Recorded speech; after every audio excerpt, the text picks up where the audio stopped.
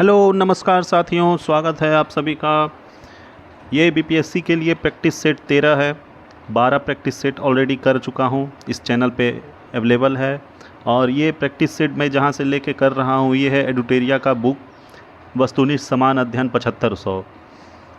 तो ये जितने भी हैं कम समय में होता है, 10-15 मिनट का वीडियो होता है, 50 क्वेश्चन रहते हैं हर एक वीडियो में। और ये रिवीजन के लिए बहुत ही अच्छा है, आप कम समय में ज़्यादा क्वेश्चन को एक बार रिकॉल कर सकते हैं। तो चलिए शुरू करते हैं। पहला क्वेश्चन है किस प्रकार का तत्व ऊष्मा एवं विद्युत का कुचालक है। कुचालक मतलब इंसुलेटर, जो कि विद्युत और हीट कंडक्ट नहीं करता है। तो उसको क्या कहते हैं? उसको कहते हैं गैर धातु। गैर धातु मतलब कि इंसुलेटर। किसी गैस को द्रव में बदलने के लिए कौन सी स्थिति सबसे अनुकूल है? तो ये होता है उच्च दबाव और कम तापमान।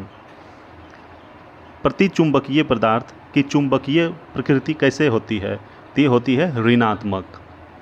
जैव सुरक्षा पर कार्टाजेना प्रोटोकॉल का मुख्य उद्देश्य क्या है? तो जैव सुरक्षा पर कार्टाजेना प्रोटोकॉल का मुख्य उद्देश्य है कि जीवित संशोधित जीवों के सुरक्षित संचालन और उपयोग के लिए नियम और प्रक्रियाएं स्थापित करना। अगला क्वेश्चन है निम्नलिखित में से कौन सा पद्यन्यास हासमान चालकता के क्रम में किया गया है? तो क्या है ये? तो पहले है चांदी, फिर तांबा, फिर एल्यूमिनियम, फिर उसके बाद इस्पात। पद्यन्यास हासमान चालकता का मतलब ये हुआ कि यहाँ पे जो हीट और इलेक्ट्रिसिटी का जो कंडक्टर है उसमें 4 ऑप्शंस दिए गए हैं, चांदी, तांबा, एल्यूमिनियम और इस्पात। तो इसमें बताना है कि कौन सा क्रम सही है, मतलब सबसे ज़्यादा किस में हीट और इलेक्ट्रिसिटी फ्लो होगा, फिर उससे कम, फिर उससे कम, फिर उससे कम। तो दिए गए ऑप्शंस में पहले चांदी होगा, उसके बाद तांबा होगा, फिर एल्यूमिनियम, उसके बाद जाके लास्ट में इस्पात। अगला क्वेश्चन है पॉलीथिलीन ग्लाइकोल का उपयोग किस प्रकार के अपमार्जकों के निर्माण में होता है? तो किस प्रकार के अपमार्जकों के निर्माण में होता है? तो ये है अनयानिक अपमार्जक। ठीक है। अणुओं की गतिज ऊर्जा का बढ़ता हुआ क्रम। तो अणुओं की गतिज ऊर्जा सबसे कम किस में है, फिर उससे ज़्यादा, फिर उससे ज़्यादा, ये बताना है। तो सबसे कम ठोस में होता है, उसके बाद द्रव में, उसके बाद गैस में। नर में शुक्राणु जनन का नियम किसके द्वारा होता है, किसके द्वारा किया जाता है? तो ये होता है एंड्रोजन। इन्फ्लुएंजा एक विषाणु है, किस तरह का विषाणु है? तो ये है ऑर्थोमिक्सो विषाणु। अगले क्वेश्चन पे आते हैं। अगला क्वेश्चन है वह औषधि जिसका प्रयोग अवसाद के नियंत्रण के साथ साथ अति तनाव के नियंत्रण में होता है, तो वो कहलाती है, क्या कहलाती है? इसको कहते हैं इक्वेनिल। जठर निरोधक पेप्टाइड, जिसको कि शॉर्ट में GIP होता है, इसका क्या कार्य होता है? तो ये होता है जठर स्त्रावन की गतिशीलता को रोकना। निम्नलिखित में से किस ऊतक में पुनरुत्थान की अधिकतम क्षमता पाई जाती है? तो किस में पाई जाती है? तो ये होता है उपकला ऊतक में।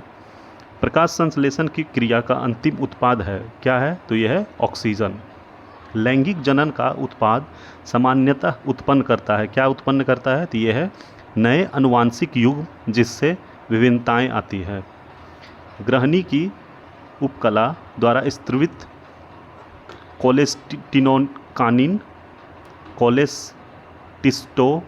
कोलेस्टिस्टोकानिन नामक जठरांतरीय हार्मोन क्रमशः किन अंगों को उनके स्रावों का विसर्जन करने के लिए सक्रिय करते हैं? तो ये है अग्नाशय और पित्ताशय।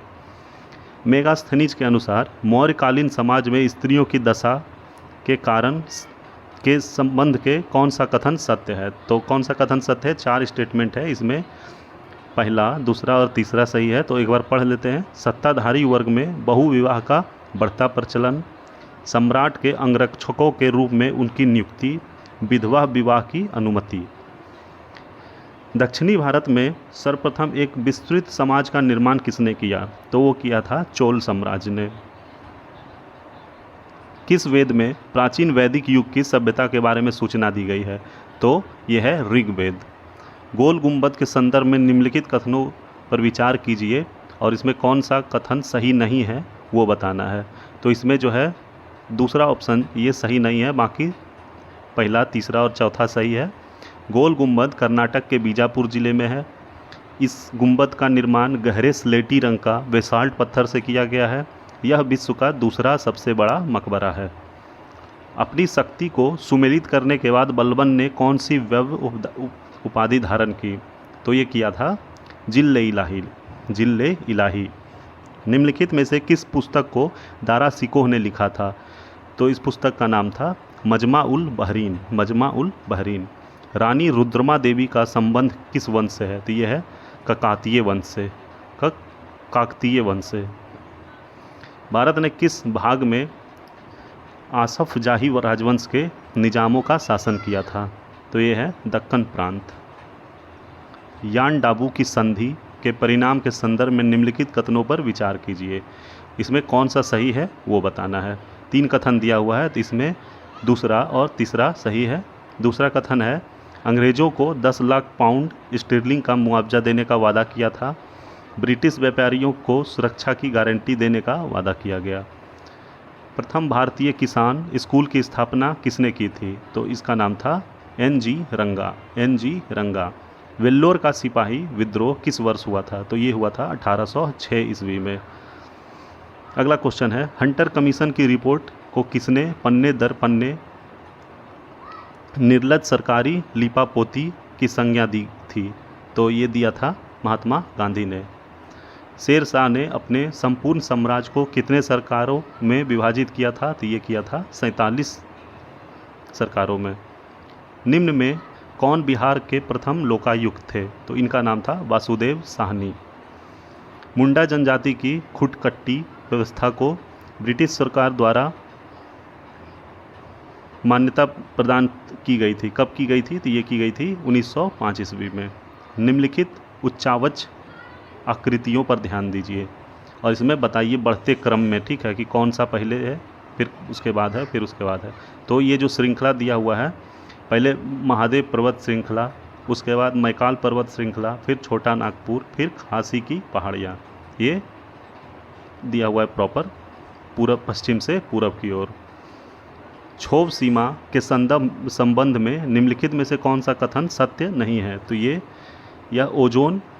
यह क्षोभ मंडल और ओजोन मंडल को अलग करता है, ये गलत है। बाकी जो सही है, यहाँ तापमान लगभग स्थिर रहता है। इसकी मोटाई 1 से 1.5 किलोमीटर तक पाई जाती है।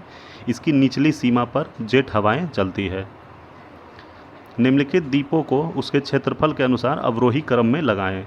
मतलब कि पहले सबसे बड़ा, फिर उसके बाद छोटा, तो घटते क्रम में लगाना है। तो पहले जो है सबसे बड़ा ग्रीनलैंड है, उससे छोटा न्यूगिनी है, फिर उसके बाद बोर्नियो है, उसके बाद छोटा सबसे मेडागास्कर है। यदि सूर्य और पृथ्वी के बीच की दूरी 1/4 कम हो जाए, सबसे अधिक संभावना किस बात की होगी? तो ये होगी हमारे वर्ष की अवधि कम हो जाएगी, क्योंकि पृथ्वी जब वो डिस्टेंस कम हो जाएगा सन और पृथ्वी के बीच का, तो पृथ्वी बहुत कम समय में सूर्य का परिक्रमा लगा लेगा। 44वें संशोधन के पश्चात राष्ट्रपति को निम्नलिखित परिस्थिति में राष्ट्रीय आपातकाल घोषित करने का अधिकार प्राप्त है। तो क्या है ये? युद्ध, बाहरी आक्रमण या सशस्त्र विद्रोह की उत्पन्न स्थिति, ठीक है। मतलब अगर युद्ध होता है किसी देश के साथ, या फिर किसी दूसरे देश ने मतलब बाहरी अटैक हो गया, या मतलब अंदर में ही सशस्त्र विद्रोह हो जाए, तो इस कारण में। अगला क्वेश्चन है इसमें किसने कहा भारतीय न्यायपालिका विलासी मुकदमेबाजी से ग्रसित है? किसने कहा था? तो ये कहा था NV रमन्ना ने। Pakistan and the partition of India पुस्तक के लेखक कौन हैं? तो ये हैं भीमराव अंबेडकर। निम्नलिखित में से किस अधिनियम के तहत लॉर्ड कॉर्नवालिस को अपनी काउंसिल के फैसले को रद्द करने का अधिकार मिला? तो ये है 1786 का एक्ट। सर्वोच्च न्यायालय ने निजता के अधिकार को अनुच्छेद 21 में वर्णित जीवन के अधिकार का भाग माना है। इस मुद्दे पर निर्णय देने वाली संवैधानिक पीठ के अध्यक्ष कौन थे? तो ये थे JS खेहर, JS खेहर। उच्चतम न्यायालय के न्यायाधीशों की संख्या में वृद्धि करने की शक्ति किसके पास है? यह है संसद के पास। निम्न में कौन हिंदुस्तानी क्लासिक म्यूजिक नहीं है? तो ये इसमें जो है ध्रुपद, ठुमरी और गज़ल ये हिंदुस्तानी क्लासिक म्यूजिक है, बाकी अलापना जो है ये हिंदुस्तानी क्लासिक म्यूजिक का नहीं है। मथुरी लोक नृत्य किस राज्य से प्रचलित है? तो जो ये है तेलंगाना राज्य से। भारत में 9 नैनो मिशन की शुरुआत कब हुई थी? तो नैनो मिशन की शुरुआत हुई थी 2007 ईस्वी में। हेमकुंड साहिब गुरुद्वारा किस राज्य में स्थित है? तो यह है उत्तराखंड में हेमकुंड साहिब गुरुद्वारा। अगला क्वेश्चन है अंतर्राष्ट्रीय प्रकाश दिवस कब मनाया जाता है? तो ये हर साल 16 मई को मनाया जाता है। माइक्रोसॉफ्ट एक्सेल में वर्कबुक निम्न में किसका एक संग्रह होता है? तो यह होता है चार्ट्स एंड वर्कशीट का, चार्ट्स और वर्कशीट का। सार्वजनिक ऋण पर प्राप्त ब्याज किसका भाग है? तो ये है सरकार द्वारा अंतरण भुगतान। सार्वजनिक ऋण पर प्राप्त ब्याज किसका भाग है? तो यह है सरकार द्वारा अंतरण भुगतान पर। मांग का 1 रुपया कम करने वाला प्रस्ताव क्या कहलाता है? तो ये कहलाता है प्रतीक कटौती। निम्न में से कौन सा चट्टान में यांत्रिक अपक्षय का परिमाण नहीं है? तो किसमें नहीं है? तो चट्टानों का महीन कणों में विखंडन होकर नीचे गिरना। चट्टानों का महीन कणों में विखंडन होकर नीचे गिरना। इस सेट का अंतिम क्वेश्चन है भारत में ई अपशिष्ट प्रबंधन के लिए कानून कब से लागू है? तो ये लागू है 2011 से। भारत में ई अपशिष्ट प्रबंधन के लिए कानून कब से लागू है? तो 2011 ईस्वी से। अब इसमें कुछ स्मरणीय तथ्य दिया हुआ है, कुछ अभिलेख है एक तरफ, और वो किस शासनकाल में किस शासक ने करवाया था तो वो बताना है। तो पहला है हाथी गुम्फा, ये है कलिंग नरेश खारवेल ने करवाया था। जूनागढ़ अभिलेख ये है रुद्रदमन। एहोल अभिलेख यह है पुलकेशिन II। मंदसौर अभिलेख यह है नरेश यशोवर्मन। नासिक अभिलेख गौतमी बलश्री। और अंतिम है भीतरी अभिलेख यह है स्कंदगुप्त। एक बार फिर से पढ़ते हैं इसको। हाथी गुम्फा अभिलेख यह है कलिंग नरेश खारवेल। जूनागढ़ अभिलेख रुद्रदामन। एहोल अभिलेख पुलकेशिन II। मंदसौर अभिलेख नरेश यशोवर्मन। नासिक अभिलेख गौतमी बलश्री। और भीतरी अभिलेख यह है स्कंदगुप्त। इसी के साथ ये वीडियो यहीं पे समाप्त होता है। पसंद आया हो तो आप लाइक कीजिए, सब्सक्राइब कीजिए, शेयर कीजिए और बने रहिए हमारे चैनल पे। धन्यवाद।